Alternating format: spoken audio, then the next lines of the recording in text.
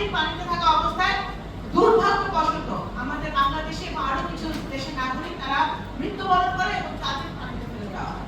এবং যারা বেঁচে ছিল তারা এখন গ্রিসে, আমাদের কিছু বাংলাদেশের মোট নাগরিকরা তারা গ্রিসে হসপিটালে অবস্থান করছে, একটা ক্যাম্পে অবস্থান করছে। তাদেরকে পররাষ্ট্র মন্ত্রণালয় তাদের কিভাবে তারা সুরক্ষিতভাবে ফিরে আসবে সেটা ইতিমধ্যে বাংলাদেশ এই গ্রিসের সরকারের সাথে আমরা কথা বলছি, কাজ করছি।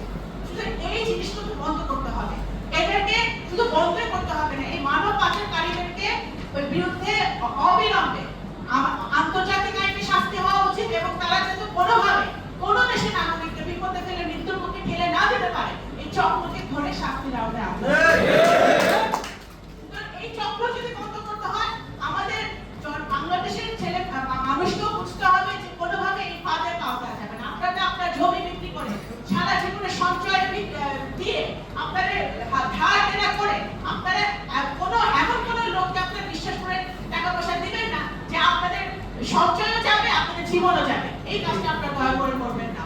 আপনারা শত কষ্ট হলেও আপনারা এই ধরনের প্রশিক্ষণ কেন্দ্রে আসবেন, প্রশিক্ষণ কেন্দ্র আপনার আমাদের কেন্দ্রে সাহায্য নেবেন, দক্ষতা অর্জন করবেন, লিগালি বিদেশে গিয়ে আপনার বাংলাদেশের মুখ উজ্জ্বল করবেন, নিজেদের পরিবারকে আপনারা চালাতে পারবেন।